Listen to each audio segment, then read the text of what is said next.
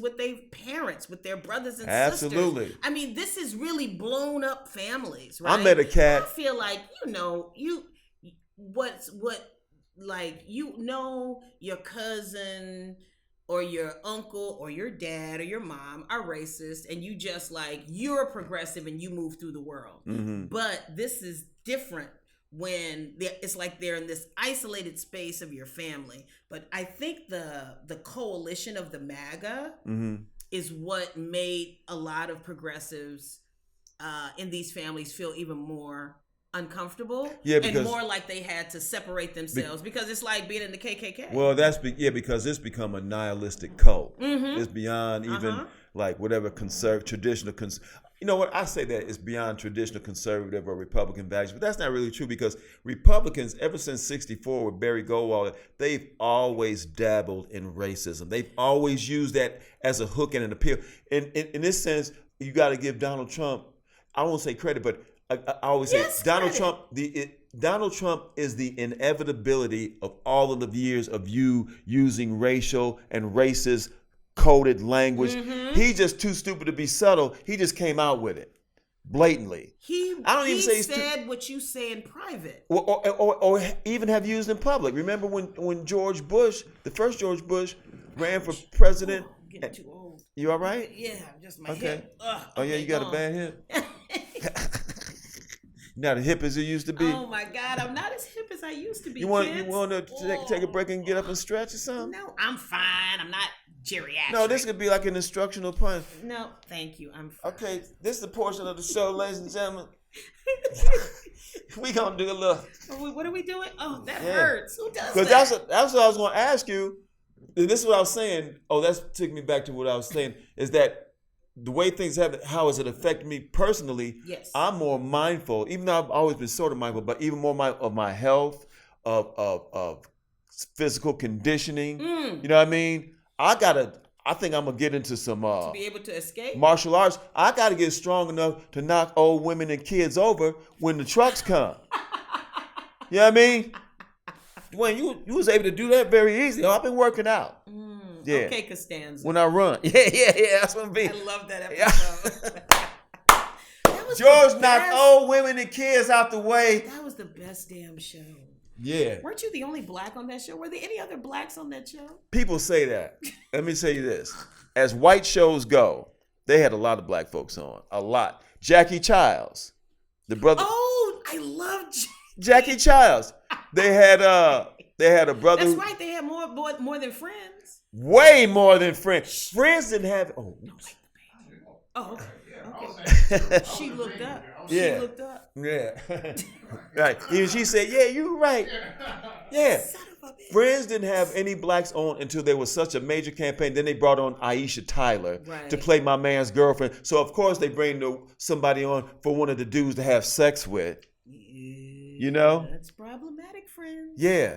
They offered her up on the sacrificial altar of heteronormative patriarchy. Damn, that's almost $20 worth of work. I cleaned out my man's bag. Apparently. Yeah. Damn. You got any heteronormative patriarchy in there, brother? No, hold on. I got a friend. It's like, hold on, wait a minute. Hold on, wait a minute. Yeah, cisgender heteronormative patriarchy. You know. Anyway, that's what I tell the hoes. No comment. But yeah, man. So Jackie Childs. There was a cat on that, smaller role, like had a small role, and there was a brother on Ralph. That's right. Jackie was a recurring role. He was recurring, right? Yeah, and he was funny. He's so funny. There was a cat named Ralph Harris, a comedian. He played a delivery guy. There was an older cat. Yeah. Right? Yeah. He was in Fences. Wasn't he in Fences? Ralph Harris. I don't know. Reddish hair with a mustache. No, that's another one. That was Mark, David, Tom something. There was a brother on Mark. What was his name?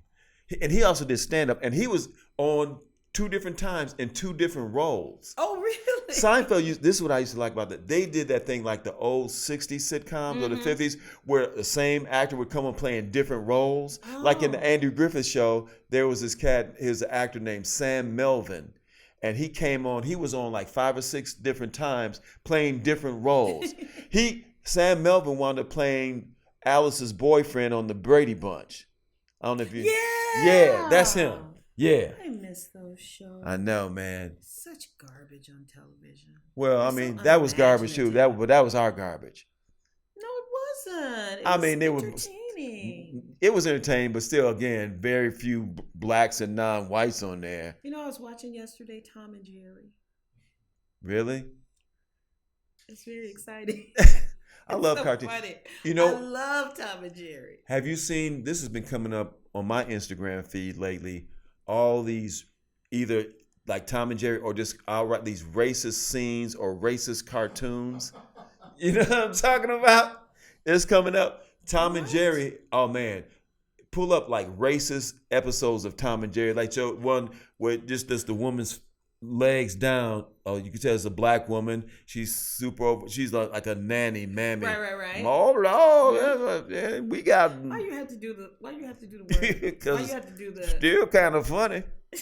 Oh no, my favorite Popeye. So to control the garbage that my children do not see, I said, I know what I'm going to do. I'm going to get videotapes of Zoom and of, Junction. What's your fun? And so I got all these old cartoons like Little Lulu and Popeye.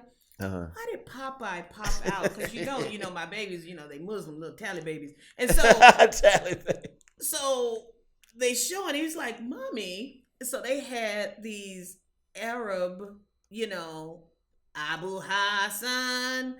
He was like, he's supposed to be, an Arab, Lone Ranger or something like that. And so the lone Muslim Ranger. The lone Muslim Ranger. And he's supposed to be, and so Abu Hassan, that's Popeye's the Lone Ranger. And Abu Hassan is this like killer Arab, and like he had a knife in his mouth.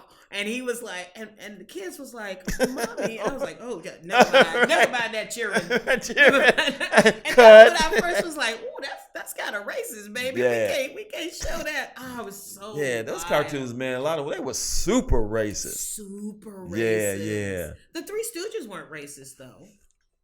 Not really. They had a few scenes that were kind of dicey. I don't remember. But maybe a Yazzie balls here and there. Yeah, and then Al Jolson, like I said, Al Jolson. No, but I'm just saying, this is a cat that came up. His whole career, he was a professional ethnic slur. You know what I mean? Blackface and oh my God.